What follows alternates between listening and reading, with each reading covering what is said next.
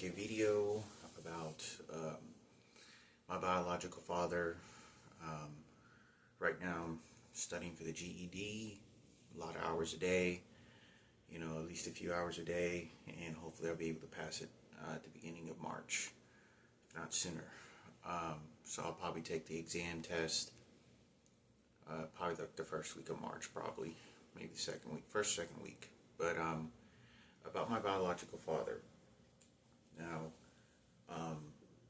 I do think that, obviously Michaela, who's my sister, has been contacted me, or I haven't heard from her since I saw her at Lawrence, Kansas, or I saw her at the governor's office and Ted Cruz's office, or at the Magic Time Machine years ago. Never heard from her, but again, but I'm not giving, more credit than he deserves, or even know what the story is to what he has to say, on behalf of his life, who he was, what he did, what happened. Things just happened, but I do know that there was people that went after him. That's 100% sure. To either make his life difficult and extract him from my life of any form of it. But I believe that it's very difficult, and there's no way that he could have been a part of Michaela's life, which is my sister's, and knowing that that's his beautiful daughter. And I'm sure he probably found out that, I don't know if he knew, still to this day, maybe he found out many years later after she passed, probably many years after she passed away, that he had a daughter that passed away. And it would be very difficult for him as a father, even though I'm not a father, that he would be around Michaela's life, going to, Six Flags, or going to all these places and cherishing what is important in life and family, and being a father to Michaela, knowing that he had another son, which is me, and I'm named after him, and it not affect him, because my name is Hector as well. My mother named me Hector. My mother named me Hector, honoring him. And my mother told me when I was a kid, he goes, "No, I put Hector there for you. I put Hector." And she would always tell me that. So, obviously he never showed up in the picture. And I don't know what his life ever was. But one of the things that kind of startled me a little bit is about a couple weeks ago, my mother said something like, "Se pongo muy flaco." And in translation to English, that means he got really skinny. And for some reason, I thought she was, I don't know, maybe my mother wasn't talking about referencing him, but saying that, I don't know, I thought for a moment that she was saying that my biological father is still alive, and he lost a lot of weight now because he's really old. He's really, really skinny. But to my understanding, I don't believe he's still alive anymore. If he was still alive, he would have to be like 70 years old by now. I mean, he would have to be like 70 years old, in his late 60s, because he was several years older than my mother. He was in his 20s whenever I saw him. And I'm 42 years old. So he would have to be at least 65 years or older, probably closer to 70, if not 70s, early 70s. And my mother said something like, "So homo flaco," and I thought, is she talking about my biological father? They got really old, because, if he separated from Michaela's mother, then whatever did he have any more kids? I don't know. I don't think he would have. But anyway, I thought I would make a video on this. I'm not in any way searching for him. I don't hold bitterness. My father who raised me was Raymond Palomo. But in my opinion, I think he was watered away from me. I 100%. From everything that's been told and said and experiences, there's no way that people would have wanted him to be a part of my life for any kind of reason. But he would have to be in his late 60s to 70 if he's still alive. I don't believe he's still alive. But there was something that someone said. I spoke to Lindsay Wessinger, who is an identical twin, who I told Michaela, please be very careful. Do not trust this person. This person is talking a lot about deep details about my mother and Sarah and yourself. And it, I believe if you have Jesus and you have God in your life, you wouldn't be talking that way, in my opinion, especially since she's saying or claiming that she had a son that died. And to my understanding of that, of the circumstances, she said something, oh, yeah, my father's about to die. And I thought, was the reason that they put Michaela Leeser, which is my sister, the model-looking sister that I have, if they put her at Lawrence, Kansas, knowing that I was going to be there, then is it possible that my biological father was going through cancer, or he had some sort of disease? Because Lindsay Wessinger, who I've been, this white girl that I'd been speaking to, went to high school with. She went to a lot of raves. I did drugs with her, I think, once, and Daniel and Robert Zarate were there. We were driving around. We didn't go to a rave. I think we took ecstasy and smoked some weed or something. I was like 14, 15. But anyway, she had called me when I was 35 and never heard from her after that class. When I was 35, she called me when I was like 34, right after Alaska. And I periodically spoke to her once or twice throughout the weeks and months, and then I never spoke to her for like a couple years, and she'd call me randomly. And then over the last probably 3 years, I've been speaking to her off and on, like every 3 months at least, or 6 months, a couple of times. But she said something that her father had cancer, and it just doesn't match up the way that she's saying. It doesn't match up the way that she's saying something about cancer and her dad. Like, it just, because I've gone through chemo and cancer, and when people go through that type of tragic event, it just didn't seem like it's matching up. And I thought, I wonder if she's saying because my biological father had cancer when I was at Lawrence, Kansas, and Michaela knew about it, and it was a serious situation. And that's why, because Michaela never once mentioned to me that I was her sister. And I was in total shock. Like, after I left and found out. And she didn't, I remember her putting a heart in the envelope, mail little package near my bed. And on Valentine's Day, because everyone was getting a card for Valentine's Day, and she was kind of sniffling tears. The way that I know that she was portraying, sort of like her character, was like, I believe that she was trying to represent my biological father, which is also named Hector.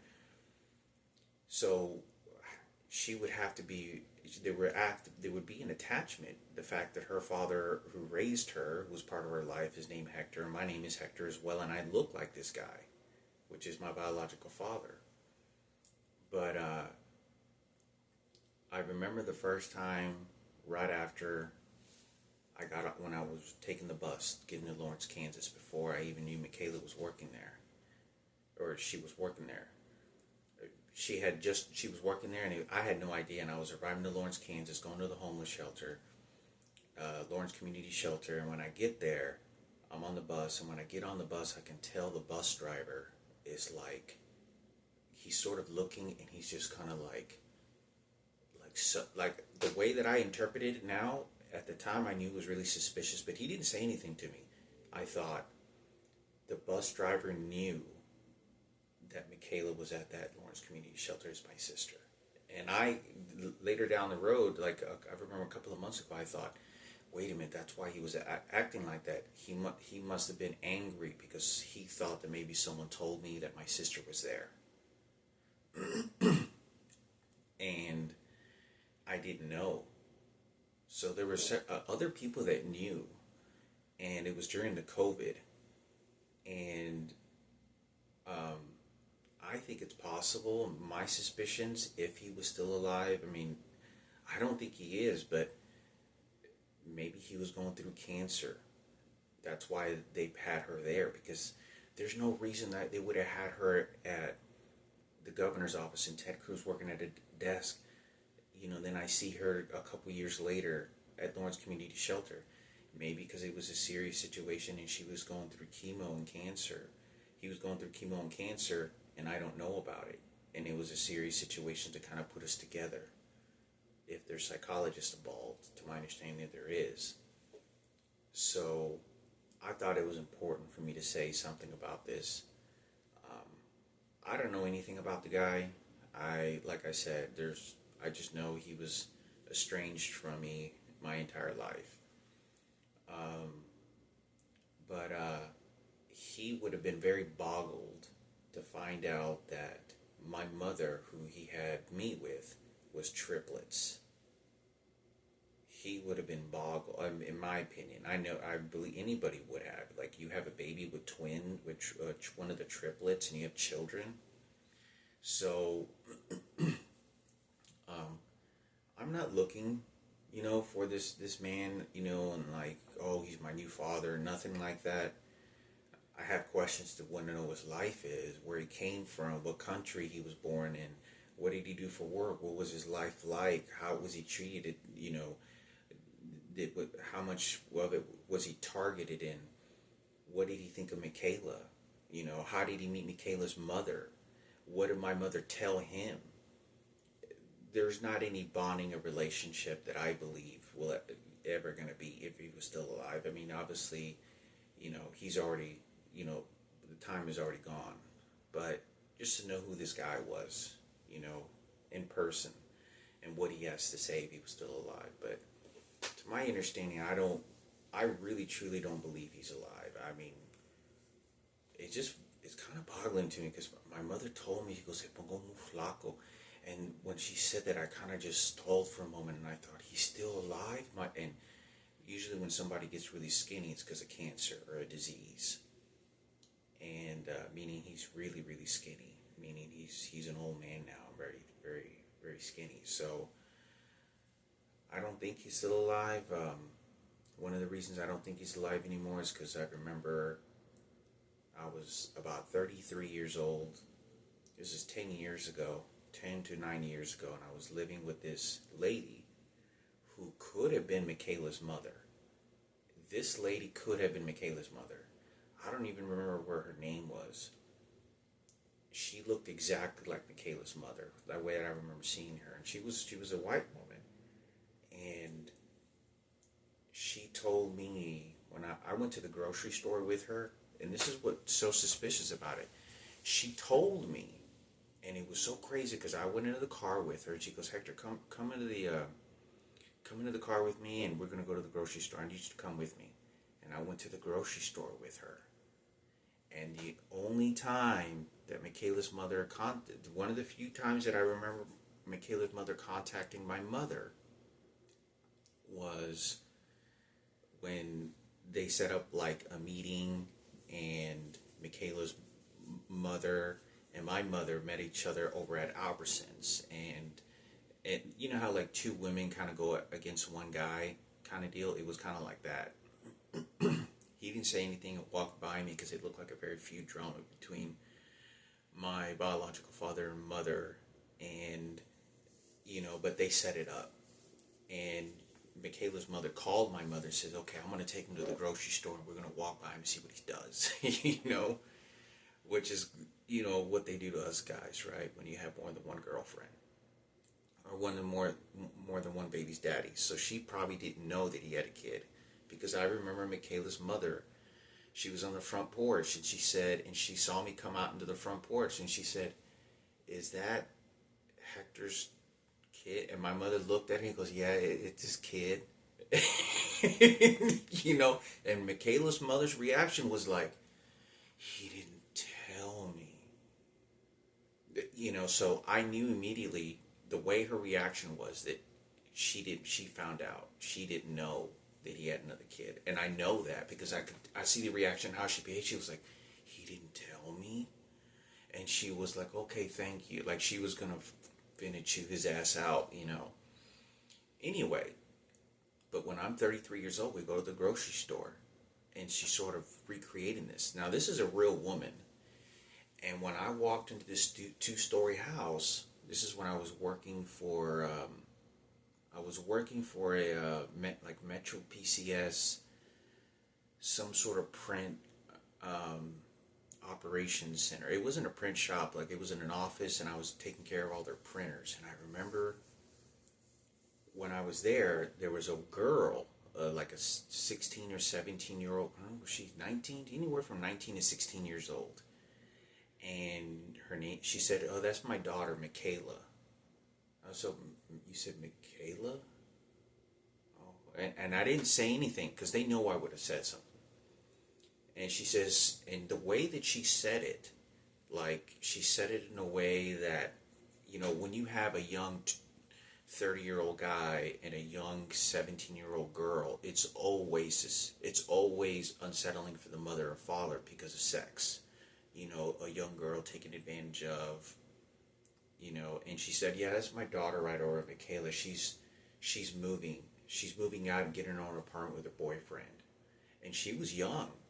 So I didn't think anything. I was like, oh, Michaela's like, oh, okay. You know, my idea is to stay away, right? So I just stick to my room, my job, and just live among people. And I end up showing up, and I only lived there for like a month and a half. And I'm walking upstairs, and I remember her all of a sudden sitting at the computer. She goes, Hector, it's not going to work. I'm going to have to give you your money back, and then I'll give you a couple of weeks to find another place to live. And she looked scared. She looked very scared. Like the way that she was kind of leaning toward the computer, like she was like, Hector's not going to work. And she was like scared. Like she went to the grocery store by herself and to the other stores running errands, and there was a lot of people that attacked her, and she got scared. That's exactly what it looked like, because I always know that a lot of the times when I go into places, I have so much attention that's going on around me that there's not any heterosexual women that are going to feel normal. They're going to get scared because there's so many people that are purging against me that they go after anybody that may want to help me or is attached to me or connected to me in any kind of way to make my life worse, miserable, and sabotaged. There's nothing that I can do about that. So I didn't tell her of all the attention that was going on. I was like, I knew it's because of the attention and all the tracking and all the stuff that's going on. So anyway, while I was living there, she did tell me one day, I was watching TV and sitting on the couch, and she said, he goes, yeah, my husband died several years ago. He died of a heart attack. He died of a massive heart attack. And he goes, oh, I'm sorry to hear that. And yeah, and she said that he had died of a heart attack. And so I thought I would say something. I thought I would say something about this, that because my mother's twin told me several years ago that my biological father died of that he had died many years ago. So that's what I believe. So to my understanding, I really don't believe he's still alive anymore. He might be, for whatever reason. But I don't believe he's still alive. But there's no way that he could have gone through his life taking care of a beautiful girl like that and not think, I have a son. And the few experiences that I had with him, that he had to surrender me. And he would have been attacked. 100%, you know. When I saw him and he gave me a ride in his car and we went to McDonald's and got a Happy Meal, and I was crying in the car because I didn't know who this was, and he drove me to school for like a week or two. Every day he would pick me up in the morning and he would take me to school. And it was like the first couple weeks. And And I remember just always nervous. And I remember coming home from school, and he would pick me up from school for like 2 weeks, for a couple weeks, and that was it. But I remember on a few of these occasions, it was at least a couple occasions where I was crying in the car, and I don't know who this guy was, and it was like probably the first couple of times, because I was only a kid. I was like 4 or 5 years old. I was in kindergarten and in first grade. I was in first grade. And I talked about this because when I was in first grade, my first grade teacher and several other teachers ganged up on him, and they ran him off. They wouldn't even let me run off with this guy. And he says, "My name's Hector. He looks like me, just doesn't he?" And they were basically shunning his ass. And I was watching it happen while we were there. They were like, "No, he's not your kid. He belongs to Raymond." And there were trans and lesbians that were doing this. But, I think if he was this dismissive, if just like a stray dog that just makes babies and leaves, he wouldn't have showed any emotion when he called me. Because when I heard him on the phone, he sounded emotional. He said, "Don't ever forget about me." He goes, I'm your dad." And he sounded like he was scared. Like you know how like when somebody gets threatened and there's really hostility in their life going on, but they don't tell you. And I can hear like he was working in a warehouse, like he was using a payphone or something like that, or he was like using a phone at work and in the warehouse. That's what it sounded like. And he sounded like he was attached, and not attached, but like worried. Like, here's my kid and I have to say goodbye or something. And I never heard from him again.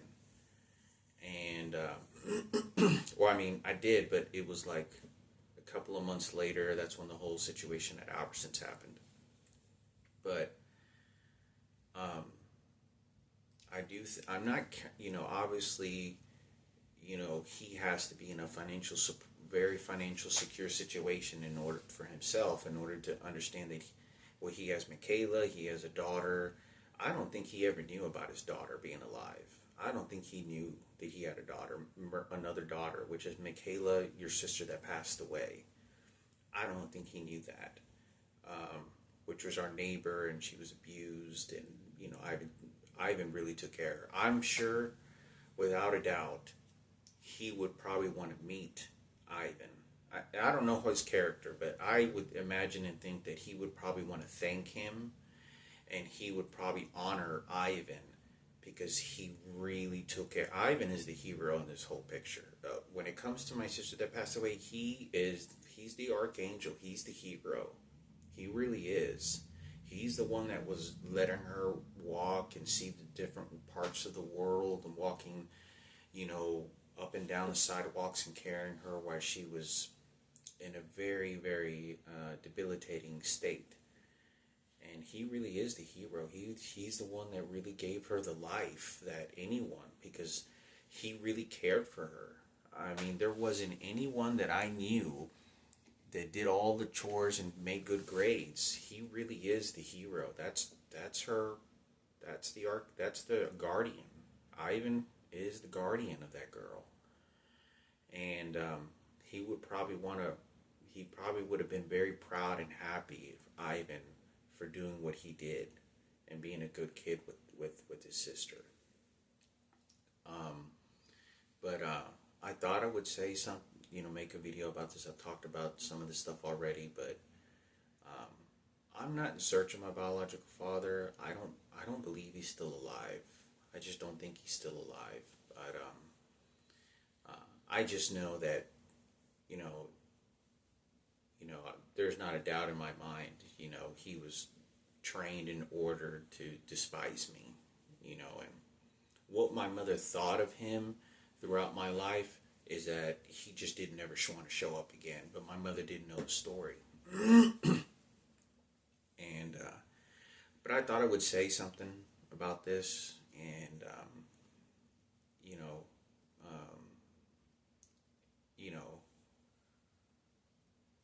that he had some sort of, caring throughout his life, knowing that he never met me. But, it had to have affected Michaela. It had to have affected Michaela. It's wild that Michaela showed up to smoke weed with Chris Dotson, who was a best friend of mine. It was a very good friend of mine. We weren't best friends, but it was a very good friend of mine.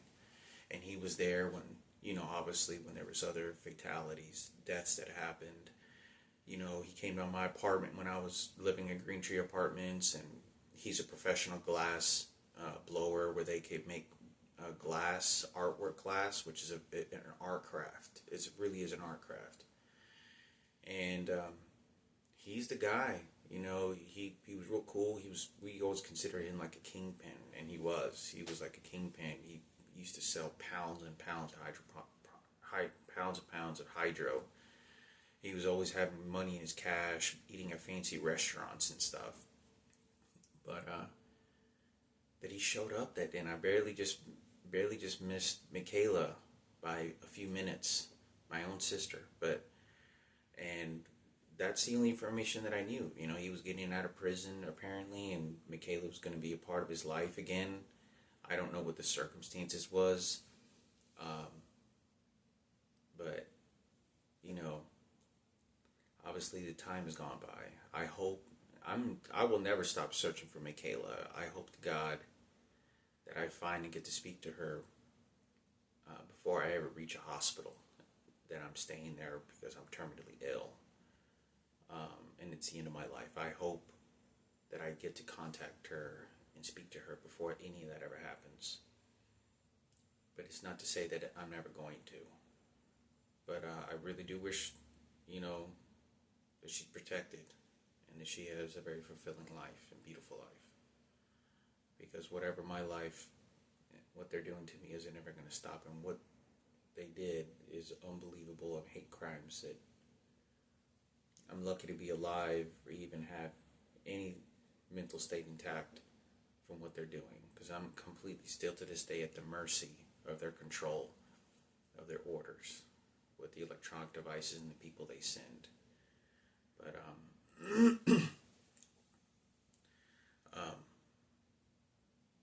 as far as my mother, she told me he died a long time ago.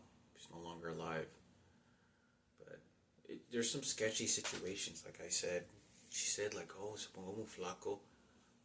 And I thought that he must have had cancer. I don't know, but I don't think he's alive. I mean, he would have to be very old, and a lot of times people were doing drugs in their 20s, back in those days.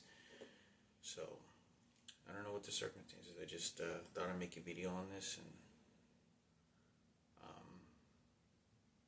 I wonder if that was Michaela's mother. That really was Michaela's mother. She just didn't tell me when I was living in that house. Because I found it very, very weird living with a heterosexual real woman. Because when I was around that heterosexual woman, there's just the energy and the vibe is different. When I say the energy and vibe is, she's a real woman. It's compassionate and loving and caring and protective, and it's an understanding of something that it's not like the sexual attraction. It's not that, because I wasn't. I mean, she's a beautiful woman, but it's not the sexual attraction. She's a woman that understands. She gets, like, she's that of the opposite sex, naturally born. But I remember her being scared. Like, when she told me I needed to leave, she's like, I'll give you your cash back and it's just not going to work. She looked scared, like a bunch of people just attacked her. That's exactly what it looked like. And the weird thing was that she wasn't even in the house a whole bunch. She was either running errands or gone a lot of the time. I met her son, which I think his name was Richard. She said his name was Richard, I think I want to say. And he was like a high school student. She goes, my son over here, his name's Richard. He's in high school. And this kid was like 17 years old. He's a young kid. And, but other than that, the time passed by, But, prayers, that Jesus, God, and, that you get the proper guidance from God to whatever that is. that is good and healthy and brings happiness and peace to your lives. And I hope I get in contact with Michaela.